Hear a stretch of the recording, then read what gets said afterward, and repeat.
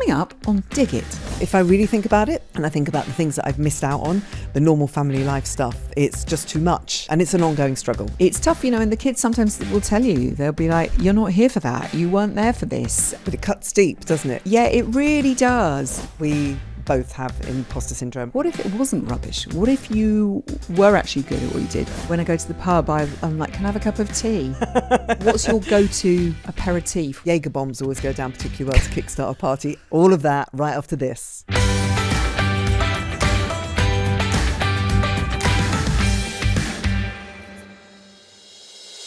Hi Zoe, welcome. It's time for Dig In. How you doing? Hi Joe, I'm good actually. Life is sweet at the moment. You have to be careful, don't you? Because 10 minutes later that can all change. But for now, all pretty good. We're getting more and more questions, which is wonderful. If anyone wants to know how to get in touch with us, it's all there on the show notes. And the questions are varying so much, and I think they really reflect what our lives and your lives are like. So just bring it on. Send us some more and share with us all the ridiculous and the tricky bits of your life, and we'll just chat about it here on a Monday morning. So should we have our first question? First question is from Dee Dee. Hi Dee Dee. I'm wondering if you have any advice on mum guilt. I have two amazing boys and I also work full time. I love my job. I'm definitely the more career focused out of me and my husband, but sometimes I worry I'm missing out on the boys' childhoods when I'm working long hours or weekends. Sometimes the guilt eats me up, especially when I see other mums who seem to do it all. Did you two struggle with this?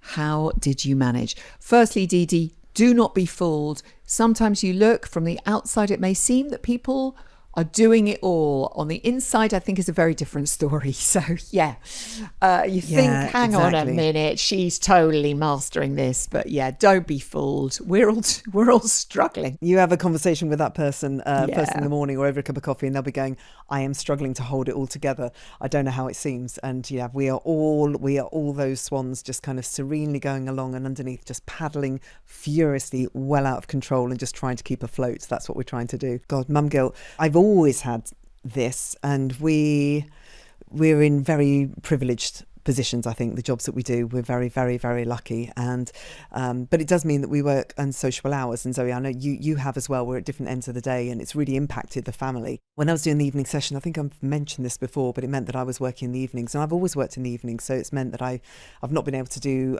school pickups very much. Sometimes I've not been able to sit there on the sofa and watch the One Show or watch any kind of TV stuff or go out and have meals and films and all that kind of normal family evening stuff that goes on. And quite often at weekends I'm working too. So it's like a balancing thing, isn't it? You have to weigh up what are the benefits of what you do and what your kids get out of it. When I was doing the evening session, I gave that up because I just couldn't bear being away from India anymore. And she used to cry in the evenings. She'd be like, Mum, I never see you. When are you going to stop working in the evenings? And that was a major factor for me going on to daytime at Radio 1, because I just couldn't bear not seeing her in the evenings. I've now had lots of other children, so they keep themselves company, so I don't feel quite so bad, if you know what I mean, because I know that the family are having a nice time even though I'm working. It's okay. But if I really think about it, and I think about the things that I've missed out on, the normal family life stuff, it's just too much. And, you just mentioned the phrase eating me up or eating me up alive. I have that, and I have to suppress it. And I'm sure you do the same. I'm just like, oh my God, I've missed out so much on what they've done. And I just can't go there. I just literally cannot go there. But I know that the kids have benefited enormously from me working, whether it's life experiences or whether it's financial, the family being able to have special times together, that I've managed to make it work. And it's an ongoing struggle. It's still here, Yeah, and often in families, both parents have to work. Lots of families relying on grandparents or friends to help with the kids. I had a lot of guilt because there were always amazing women who helped with my kids whilst I was working. And their dad toured and was away a lot. So that trying to find that balance, and also as single parents then, because, we're split. So the kids were split between us. Again, trying to find that, well, you can work then, oh, you're going to be working loads, then that is not good because then I'm not, and relying on childcare and worrying that your kids are, too much with someone else and not with parents. It's, there are so many different struggles, and I get, there's mum guilt, there's dad guilt, but most families, someone has to work. And, I have friends where one person hasn't had to work, and it's not always because they haven't had to, or they've not been able to work, or some relationships where someone has chosen, all right, you earn more than me, you work, I'll stay home and look after the kids. I think in every single family, everyone is trying to find the balance. And it's tough, and the kids sometimes will tell you, they'll be like, you're not here for that. You weren't there for this. Oh, and it can be a joke. It could be said in jest. Woody's always like, well, he's like, well, you didn't raise me. Tracy raised me because you were always working. I'm like, yes. And I love Tracy and she did a fantastic job. And then Tracy actually wanted to go and raise her own daughter. It's like, and I'm very grateful to the super women who have helped me. Because some people rely on family, and my folks weren't nearby, so I did, and I earned enough that I could pay someone to help with the kids. So I was, again, very privileged. But it is, I missed some key moments with Woo. I think I did better with Nell because I learned it was 10 years difference between them. It's like, right, I need to be there for this and I need to be there for that. But it cuts deep, doesn't it? Yeah, it really does. When they say these throwaway things. Yeah. I was talking to Coco at the weekend, and she was talking about riding a bike. We were in Amsterdam, everyone was on bikes, and she went, oh, I remember when I learned to ride a bike. As soon as she said that, I was like, oh God, I really felt hurt inside. Because I remember she was spending a lot of time with some friends of ours. I mean, they were her family when I was working so hard. And I got home one night and they'd taught her to ride a bike. And I was devastated. And when she said it at the weekend, I was like, oh God, yeah, I remember they taught you to ride a bike. And I was really annoyed. And she went, no, but it was great. And her perception was how brilliant it was that they taught her to ride a bike. And I just thought, okay, I got to bury that feeling because that's what it was like for her. And it was completely different for me. And I have to be really grateful for those people who looked after her so much when I couldn't, and they taught her to ride a bike. But it's little things. I know. I think the guilt is a good thing because it makes you aware and you care. So it's not always ideal.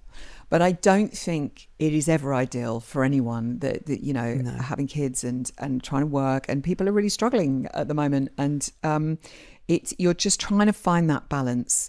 And so I think it just makes it all the more important that when you do get time together, I think that's why holidays can be so important, or, checking in at a weekend. And sometimes, again, that's devastating because suddenly you're not working and you're available to do all these lovely things. And at that point, it's not convenient for the kids because they're doing something else. And you're like, but I'm here now. And next week, you weren't even there. And I'm like, but I was there. And now you don't need me. No, you raise them to be independent, and then you're like, oh, okay, fine. Oh, okay, you're really independent and you don't need me now. But I think you arrange things, don't you? If you are working, if you're not around an awful lot, if you are working at the weekend, then you maybe arrange like a date night on a Thursday where you all go to the cinema together, or you have a special occasion, or do something, have a games night at home, and they mean a lot more. They mean an awful lot more. Maybe the kids, it's just run of the mill, but to you it's a memory that you can cherish, or a moment that you can cherish. My kids laugh so much when I use phrases like that. Magical memories that you cherish. They're like, oh God, you make me sick. But you do. It's really important. I look at my own parents now and I realise, I give my parents quite a hard time. They went through it, and they didn't stay together, and there was all the complications of all the relationships that follow on from that. And it's only when you become a parent and you look at how difficult that is, and whether it's working or it's divorce or the stuff that happens in life is difficult. There is a lot going on. And the kids might not even realize that. It's like, okay, I'm trying to work. I'm trying to financially support the family. I also am trying to stay sane.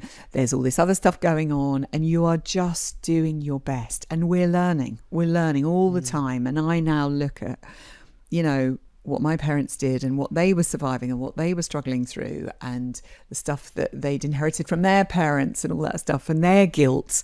My dad has terrible guilt about the school I went to.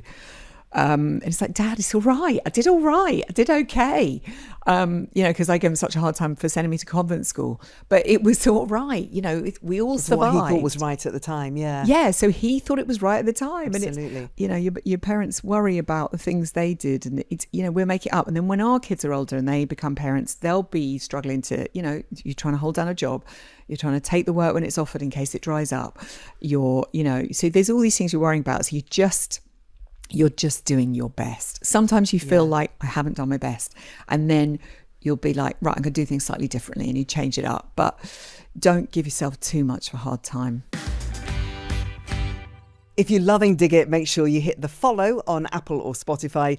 It means that you will not miss an episode. They'll download to your phone as soon as they're out. So we've had an email from Anita now, and Anita said, I finally finished renovating my house now that the kids have moved out. And for the first time in years, I've actually got the space to host friends for dinner. So I would love to hear your tips. What are your go-tos when you're hosting? So specifically, Anita wants to know favourite pre-dinner drink or cocktail to serve. What food do you usually make? And most importantly, what music is playing in the background? Don't come to us for food. Yeah, neither of us. Get someone in.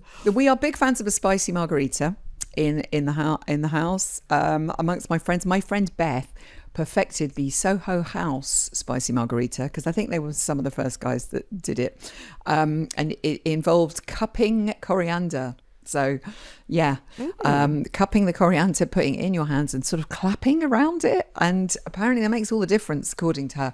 I always find, though, with cocktails, I don't know if you have this, Joe, when you go to a bar and, a brilliant cocktail guy or girl knock something up, it just tastes delicious. You try and make a porn style martini at home, they taste absolutely revolting.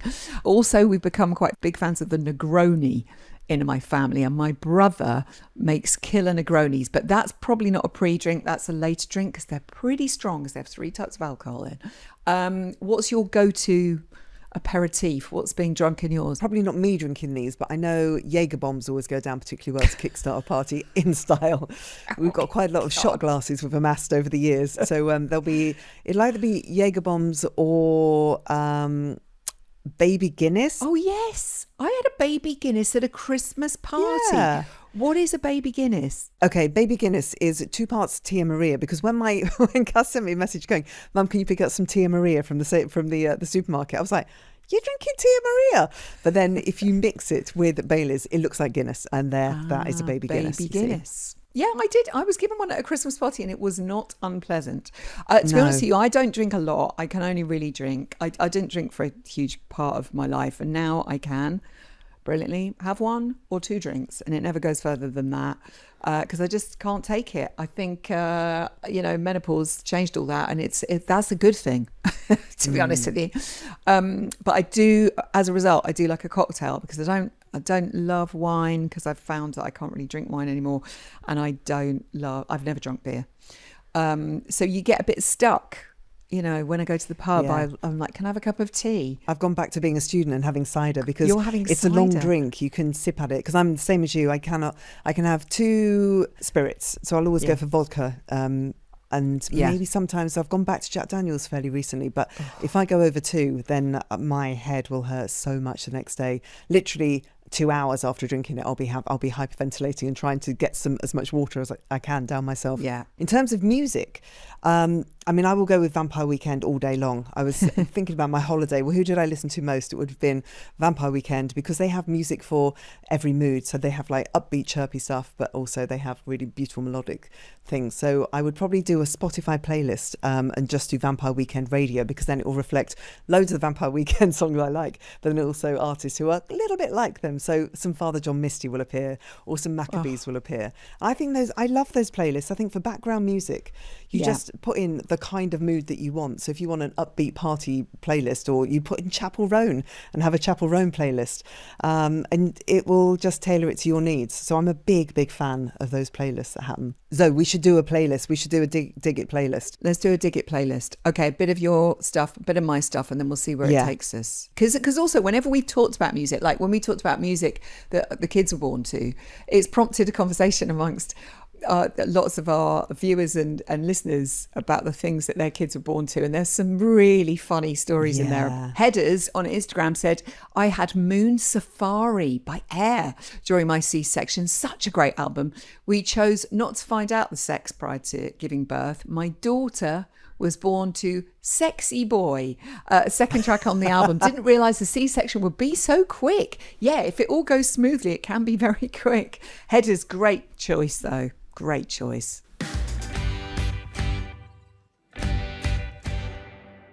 So we've had an email from Cal who says, my partner Katie loves Dig It. She's really enjoying it while on maternity leave with our 4-month-old daughter. I keep overhearing it and I must admit to dabbling on my commute to work. Can you just give her a hello? Because maternity can feel like a lonely old place and she's doing a fantastic job. So yeah, it's Katie. Cal's been in touch and it's Katie. Thank you so much for listening. And you can feel a little bit isolated. You can feel like you're going like stir crazy when it's just you and the baby, which is obviously very precious, but also sometimes it's a bit much. So thank you for listening. I'm glad that we're keeping you company along the way. You just need to chat to grown-ups sometimes, don't you? And it's the sleep scenario where you're never getting enough sleep. You don't really get to recover in the day, and it can be a long time on your own. So yes, I'm glad we're keeping you company, darling girl. Yeah. And how lovely of Cal to get in touch with that message. Good partnering there, I would say. On baby teeth, Joanne's been in touch. She says, I got bag checked at Stansted Airport a few years ago. My work bag was my keepsake place for my son's baby teeth. Needless to say, much embarrassment when they emptied out the jiffy bag containing them. Fortunately, they understood. Where else would a busy mum keep such treasured things? And they did see the funny side. Well, it could be quite macabre, couldn't it? It's like, we got body parts coming through here, mate. Oh, sweet. We got teeth. Oh, God. It's gross in a way, isn't it? Isn't it gross, really? Finally, on Monday, we presumed being that a vet must be a pretty lucrative career. So I think that might have been my bad. Saying that it's expensive when you have an encounter with a vet, but lots of vets have been in touch, so hi to all the vet community who listen to this. And here's a voice note from Katie just to clear a few things up. Hi Joe and Zoe, I love the show. Have been listening to it whilst out on a run. It keeps me going. I'm just replying to your bit about vets and vet bills. My husband is a vet and my one multiple comment is, don't go in it for the money. Whilst quite well paid, you really have to do it for the love of the animals because it is incredibly stressful. They don't get the credit probably the same as doctors do, just because they're probably dealing with patients and because the bills are high, so everybody feels like they're ripping them off. But really the care would, if it was a human you're paying for medically, it would definitely be a very high bill, if not higher than the vets are charging. But it's just because we've got the lovely NHS. We're just not used to paying for medical. So yes, as you said, get the insurance, cover yourself. But if you're thinking of a new career, vet medicine is not for you if you're in it for the money. Do it for the love of the animals. Oh, Katie, thank you. Yeah, thank you for that. Because of course, it's for all the equipment and all the stuff, isn't it? It's not necessarily for the individual vets. I feel terrible now. Because, of course, us humans have the NHS and we're very, very grateful. One of our best friends is a vet, Andrew the vet. He's known locally and he's a legend, an absolute legend. And when we have our fancy dress parties, Andrew and his family, there's Gail and there's Josh and there's Zach and I've forgotten Georgia, who's beautiful. They all come along as a family and they've done so many amazing collaborative fancy dress outfits in the past. And there's one of my favourites was Andrew came as a mime artist. So he literally had like the black and white t-shirt and the beret and the red lips and the white face, and then something happened at the party and he ended up having to take Georgia into hospital at like 2 a.m. I know, and so he reported back that he was in casualty with Georgia dressed as a mime artist. Everyone there was like, everybody saying, what's wrong with your daughter?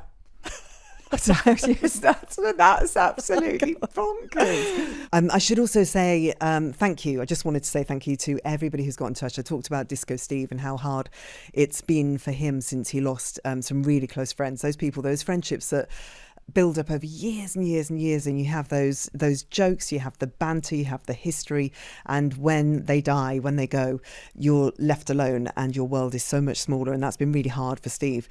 And the lovely messages that have come through has been just incredible. It's been so, I found it really emotional, but fantastic. It's been really, really sweet. He's had lots of friends contacting him, lots of strangers, people who live in our area, all inviting him. I cannot tell you how much golf he's going to be playing over the next few months.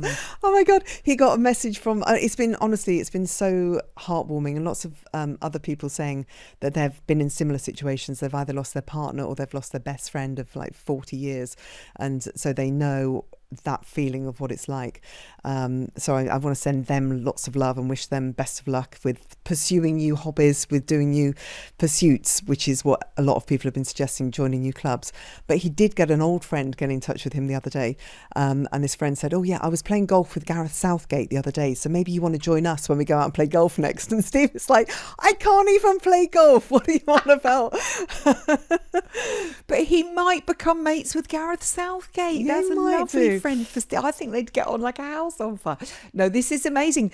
Even having that conversation, people are reaching out. Yeah. Yeah, the kindness of strangers has been overwhelming. It's been it's been a really, really beautiful thing, and it's made us smile a lot, and it's made us laugh, and it's actually motivated him to meet up with people that he hasn't seen for a long time and to try some new things. So thank you very much for that.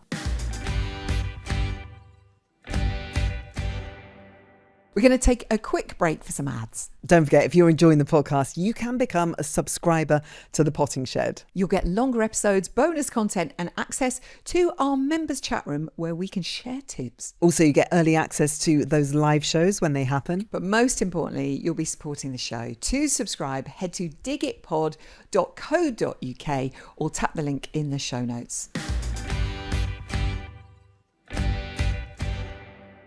This episode of Dig It is sponsored by 8 Sleep. Hot flashes can be a nightmare during menopause. Absolutely. Waking up in a sweat at 3 a.m, duvet on, duvet off, window open, freezing by dawn. It's exhausting. The Pod 5 from 8 Sleep aims to save you from all of that. That's the temperature regulating mattress cover, right? Yes, it has a hot flash mode. It cools you before the hot flash even wakes you. Really? And one side can change temperature and not affect the other side, so no complaints from the other half. That's so clever. It tracks all your sleep stats, even your heart rate, without wearing anything. And there's a mode where you just tap the bed to cool instantly. I love that. So you fall asleep faster, you stay asleep longer, and you get that golden extra hour. Head to 8sleep.com/digit, use code DIGIT and get up to £350 off the Pod 5 Ultra. That's code DIGIT for up to £350 off the Pod 5 Ultra. If you're tired of being tired, sleep better with 8 Sleep.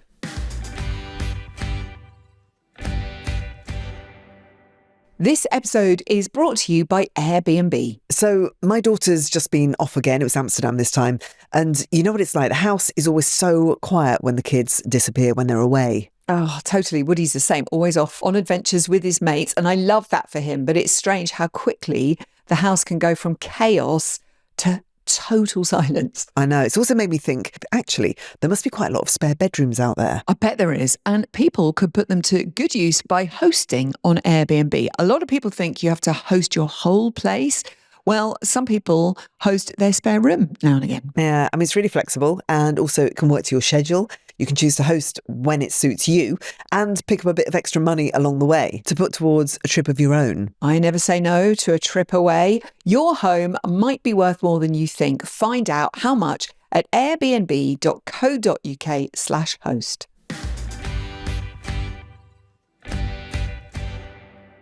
We've had a voice note from Wendy with an I, it's important. Hello, Wendy. I just wanted to say hi and ask a question specifically for Joe about being 60. I'm going to be 60 this year too. I'm not sure how I feel about it.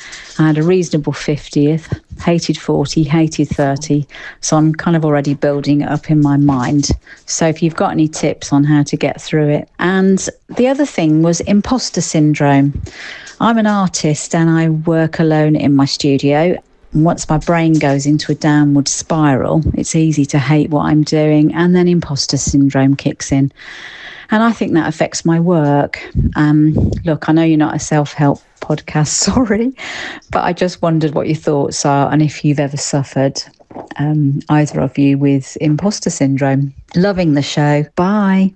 Thank you, Wendy. Well, we're not a self-help podcast, but we are.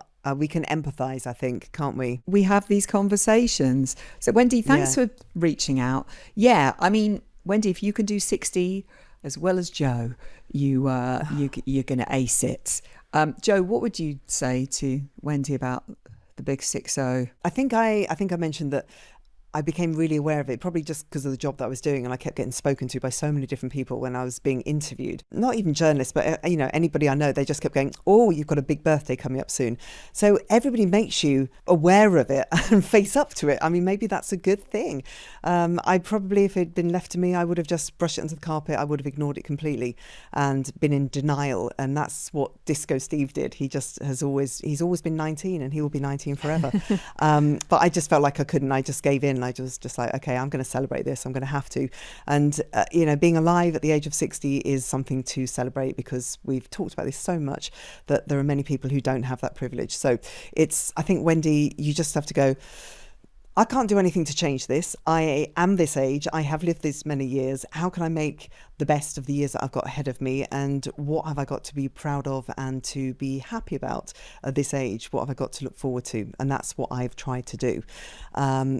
It's difficult. I think that the hardest thing I found is suddenly my parents seem a lot older. Because I'm 60, it means my parents are now 80 to 90, and my in-laws as well. And I'm finding that really hard, seeing them get older. Again, I'm really lucky that I've got them, that we've had them in our lives for this length of time.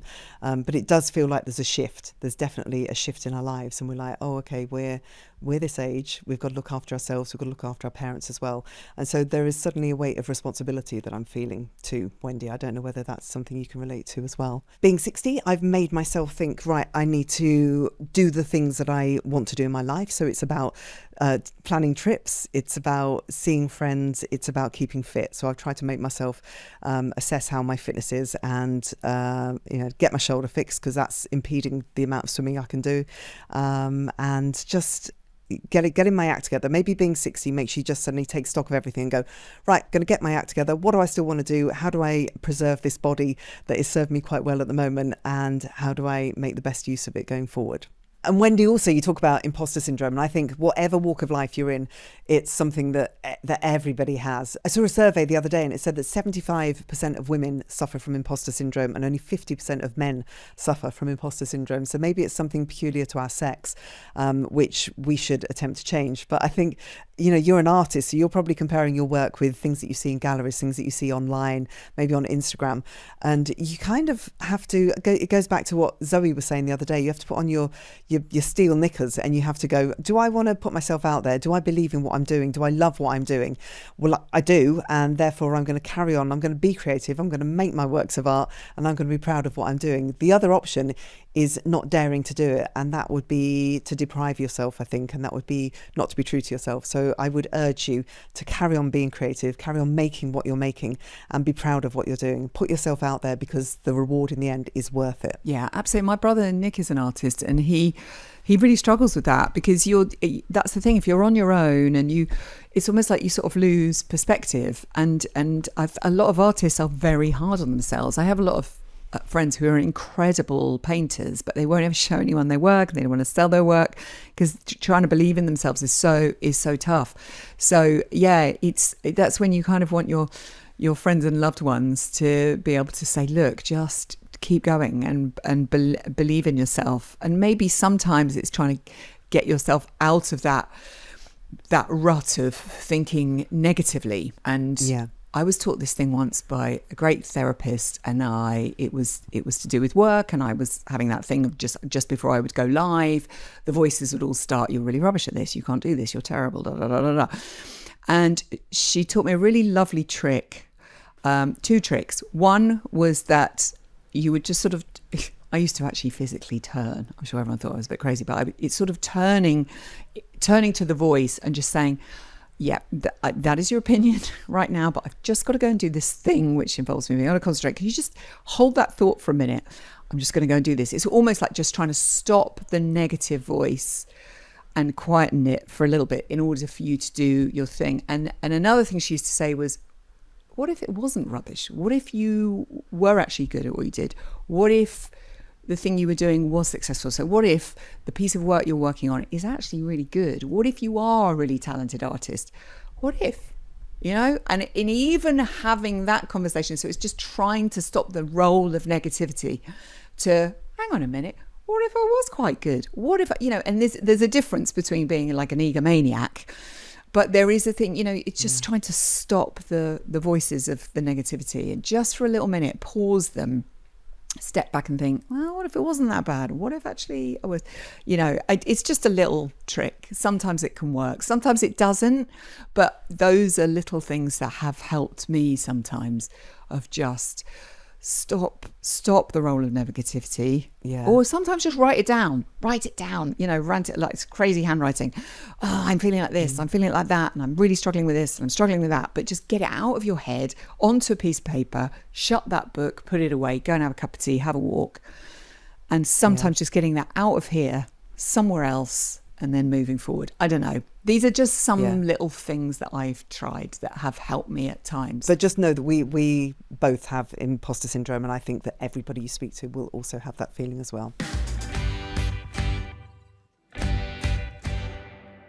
That's it for today's episode. But if you want even more questions and answers, become a member of the Potting Shed and you get longer episodes. Remember, if you have any questions or comments, we would love to hear from you, so bring it on. Details on how to subscribe to the Potting Shed and how to get in touch are in the show notes, and we'll see you on Wednesday. Have a good week.